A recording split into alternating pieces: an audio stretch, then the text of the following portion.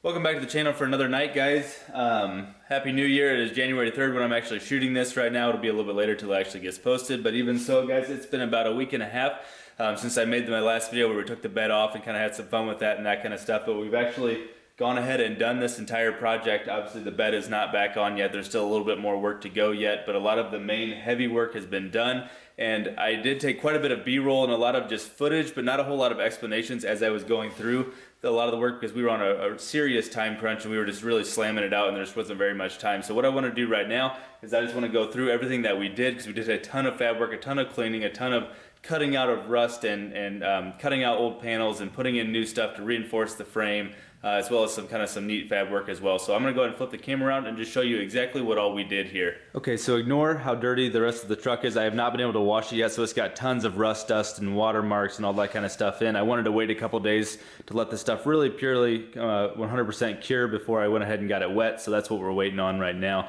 But even so, just starting off right here at the front, both of the cross members that hold the fuel tank on were completely rotted out. I'm actually completely surprised that it was even holding anything up at all. So I went ahead and cut both of those out, and now there are options to buy both of these online, but the problem with them was it was going to take probably a week or so for them to actually get here, and I didn't really have that much time, and I knew that I was able to fabricate my own with the tools in the shop that I had there, you know, so I went ahead and fabricated my own front one there. And what we did is I pulled off the hangers that were on both of the original members and just reused those because they were both in good shape. They just needed to be kind of cleaned up a little bit, but the metal itself was in good shape, so we reused those. It's a slightly smaller diameter tube, but it's just as strong. It's a thicker tube in and of itself, and so I'm pretty excited with how these turned out. They look really, really clean. We went ahead and cut out of the frame there, welded a new plate on both sides, so it's very, very strong and should never really have a problem with rusting out ever again, especially for the coating that's on it, but also because the truck's just never going to see that kind of salt and dirt and grime that it would have from before. So I'm really excited with how both of those turned out. That was quite a bit of work in and of itself. So this was actually the biggest area of work out of the entire thing. Was basically there was another channel inside here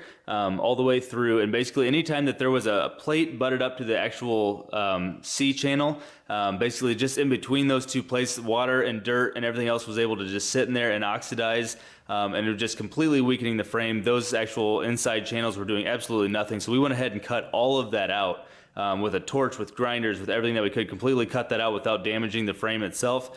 And I said, you know what, especially with how much pulling I do and that kind of stuff, we definitely need to make sure that this is reinforced. So we went ahead and reinforced that with 3/16 plate, which is the exact same thickness as what the channels are themselves, the main frame. And I went ahead and welded in an extra gusset there as well onto that, and obviously did that on both sides here. Try to show that as well as possible. You can see that down inside, right inside here as well, behind that harness and all of that. And once that was done, that was a huge amount of work, but once that was done, I knew we were going to be in a lot more structurally sound spot. Now, before I talk about the vertical shock mount, the other big thing to talk about is that there used to be a massive cross member that went right across here, right, that holds on your spare tire. It's made out of 1/8" steel, but it's a huge stamped piece. It's actually 3 pieces, but the main one is one huge stamped piece.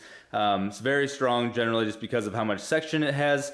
But basically it was kind of just in the way. It's really ugly. It rusts really easily because it's so thin in general. And so we went ahead and cut all of that out. Now when you do that, that actually holds your driver's side shock, and you know, more of a diagonal, but it holds it to about right out here. So once I cut that out, I knew I was going to have to move my shocks anyway.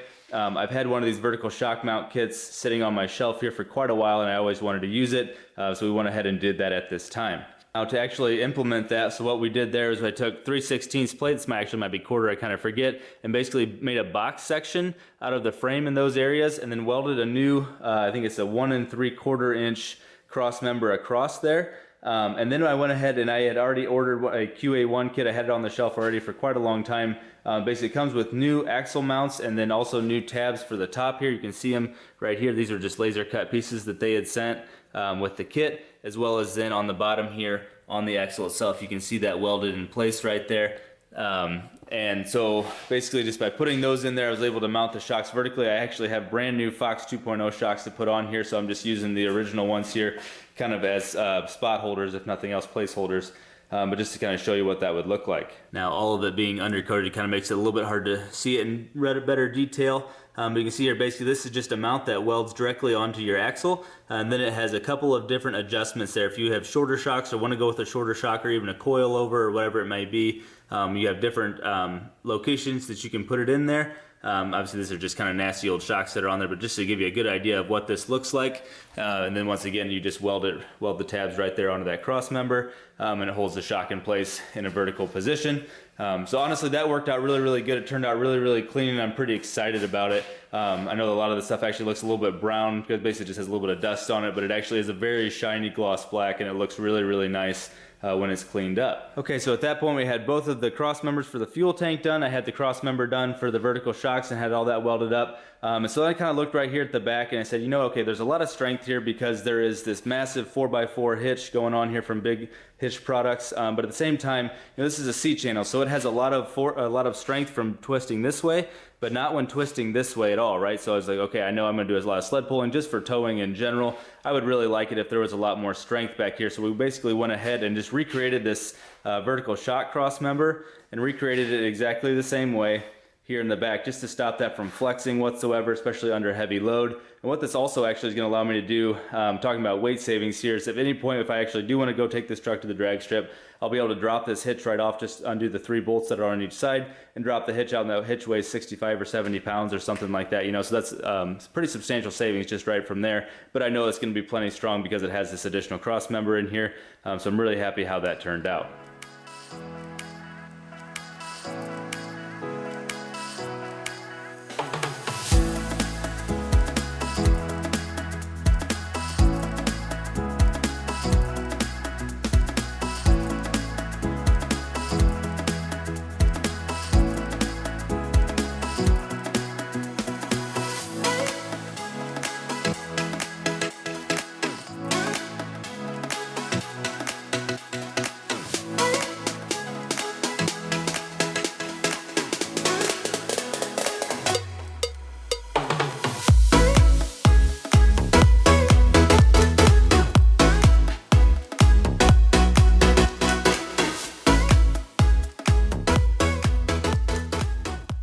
Guys, this project is done. I am so excited to actually be able to say that. Basically, the last coat went on and I let it sit for about 2 hours and then actually put black spray paint into it as a top coat as well, because the POR15 itself does not actually have any UV resistance in it, so they recommend that you put either black spray paint or some sort of other top coat on it to be able to protect it, especially if any areas that are actually going to be in the sunlight, which most of this isn't, but just, you know, under the wheel wells and maybe the axle and that kind of stuff. So I went ahead and coated all that as well while everything was taped off. As soon as that was done, I put the wheels back on, and now it basically needs to sit and cure for about 24 hours, and then I can reassemble all the bolt-ons. But other than that, guys, we are done, and I am so ready to be done with this. It looks amazing. I'm absolutely thrilled with it.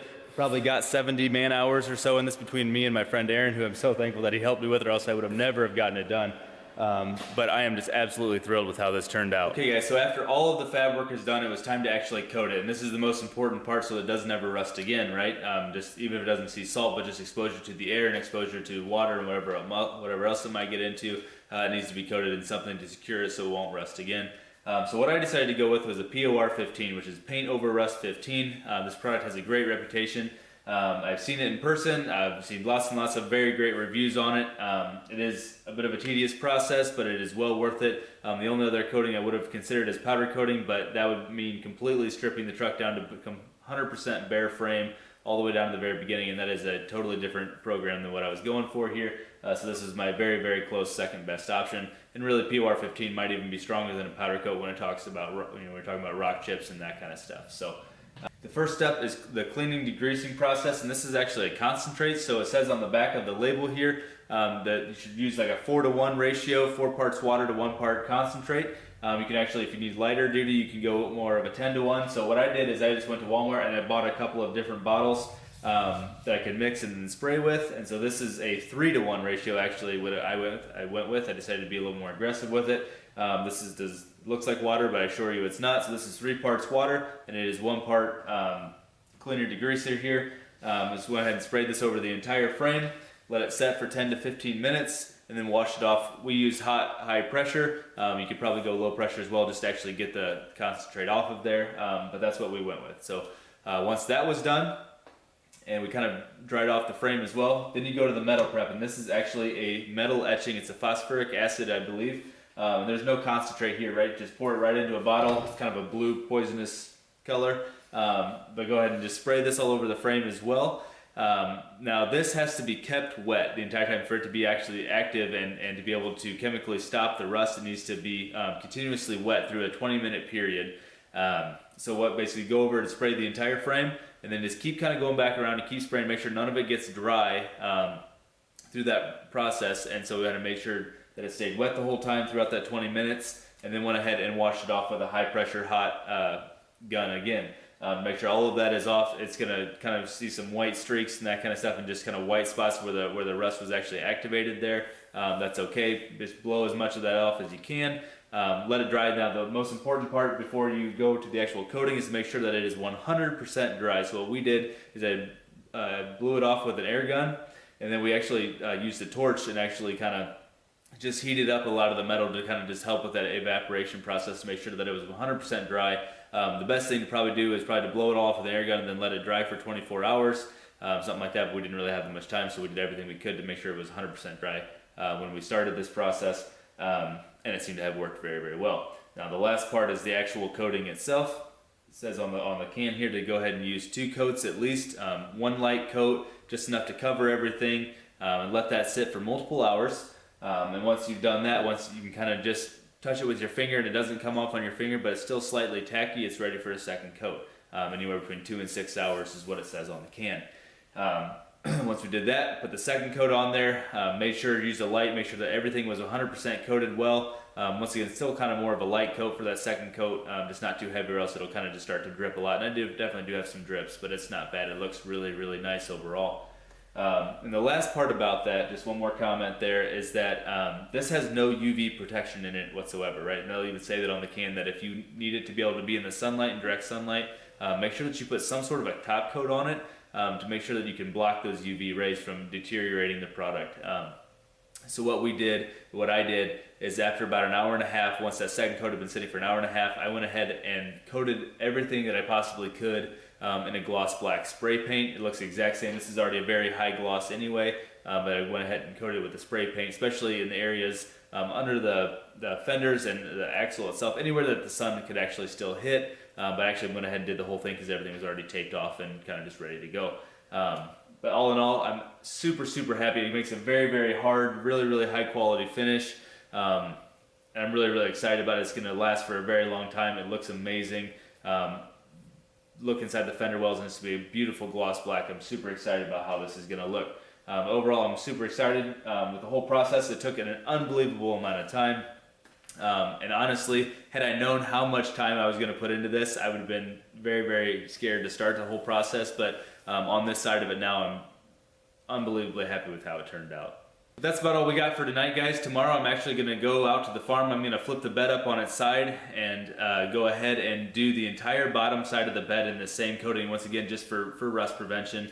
There's not much there, but just to I'm just going to kind of blow it off, use the degreaser, use the metal prep, and then put multiple coats on it, and then let that sit for 24 hours, and then it'll be ready to put back on the truck. The other thing that I have yet to do is, this is only from the cab back right now, from the rear of the cab back has been done, and so basically all underneath the cab and up into the fender wells in the front, all the way up to the very front of the truck have yet to be done. So that's something that I'm going to have to get to here pretty shortly, just because there's a very clear difference between how beautiful the back of the truck looks and how not beautiful the rest of the frame looks, you know, from the cab forward. So that needs to get done here as soon as possible. But other than that, I'm super excited to have this amount of work done. The rest of it shouldn't be near as much work. There's no cutting, there's no grinding, there's none of that. It's just kind of cleaning the frame and coating it again. So guys, if you found this video useful, or if you liked the video, please do give it a thumbs up. And if you haven't already, please do subscribe. Other than that, have a great night.